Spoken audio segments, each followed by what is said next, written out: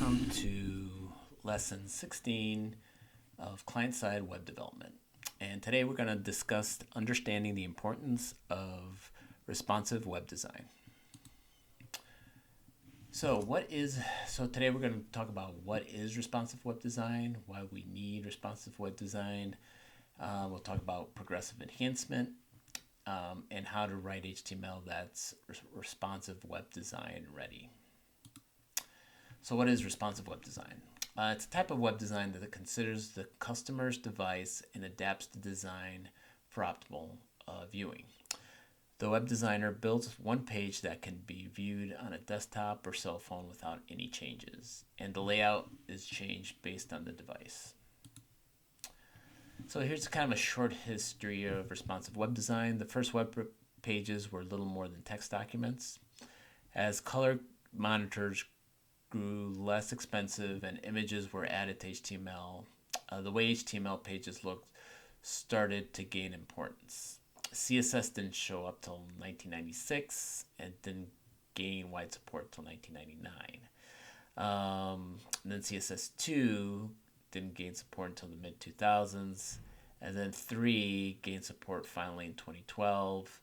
And 3 became important because that added the media query feature, which allowed responsive web design to really take off. Some design theories. There's a bunch of different design theories that are out there. The first one is graceful degradation. And this philosophy says build the coolest sites first. Mobile version of the site would operate with limited capacity. So that was kind of the first design theory that people used. After that came progressive enhancement, which means start with a minimal site for all devices first, then add enhancements for all the different sites and devices. And then finally, there's the mobile first, which is designing the site for mobile first, and then enhance it on larger screens. And I think the reason that mobile first became big is because at the end of the day, there are more mobile devices out there than desktop devices nowadays. So most people are viewing your website on a mobile device rather than a desktop. Why do we need responsive web design? Responsive web design is a combination of the following. So special CSS, especially media queries, which we'll get into later in one of the later chapters, lessons. Clean, valid HTML code, progressive enhancement, feature device and browser detection, and then server-side components to produce faster sites. Responsive web design attempts to respond to the design device viewing the page and provides the best experience for that device possible. So why is responsive web design important for mobile design? It's important to mobile customers because it allows them to see the same websites as non-mobile customers. And like I said before, there are now more mobile web users than non-mobile. Sites can work on multiple devices without reposting content. It's more future-proof than standard web design and doesn't look at the device but looks at its features. All right, so let's move over to progressive enhancement, which creates a strong foundation on a website, then adds enhancement to that foundation as browsers and devices can handle them. Progressive enhancement focuses on content, not what devices you support.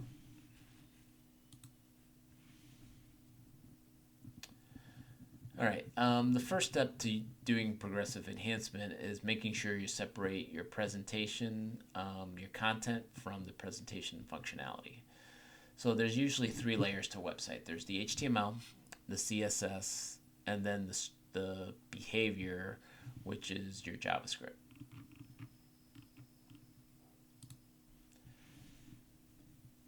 So you always want to start the content layer, and that's the HTML. So you always want to make sure you use well-formed HTML. You want to have that document type declaration at the top of the document. Tags should be nested properly. Attributes with spaces and their values should be quoted with single quotes or double quotes. Comments are not allowed inside tags, and special characters should be escaped. So a good example of the when this slide says document type declaration, that's this part up here, the doc type HTML. So we want to make sure that that's there. Then the next layer is the CSS. CSS should be evaluated in order from top to bottom. Browser support browser prefixes to provide early support, and then user agents ignore what they don't recognize.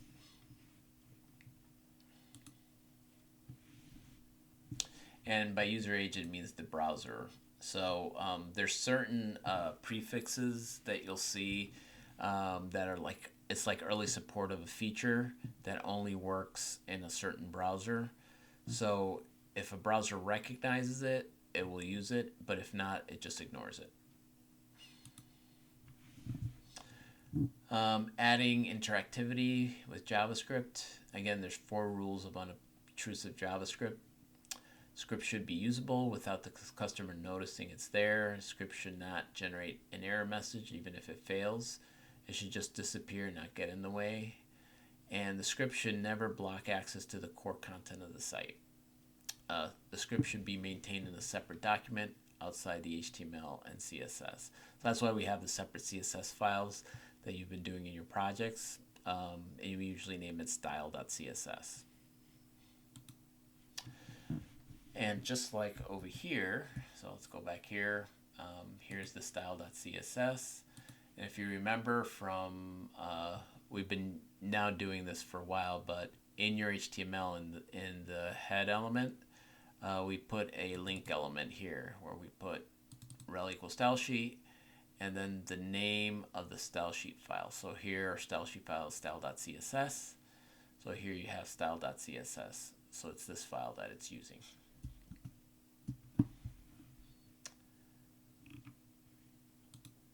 Okay, so writing HTML for responsive web design. Again, you want the doc type at the type. You want to make sure your page contains all the HTML tags, the head, the meta char set, the title, and the body.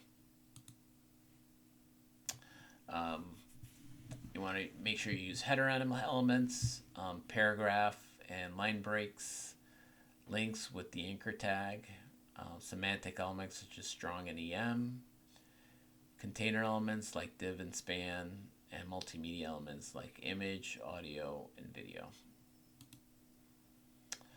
We kind of talked about these section elements, elements that kind of section off parts of your website, like the article element, the aside section, nav for navigation bar, like a menu item, header, and footer.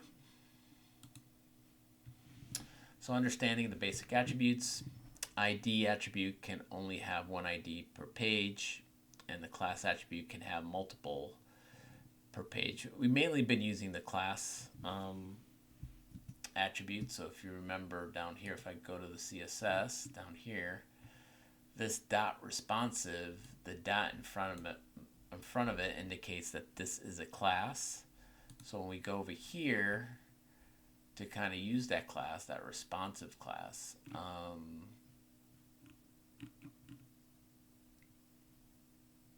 oh, I think I might have it over here. Where's yeah, here we go. So class equals responsive over here. So that applies the responsive class CSS, which is in my style here.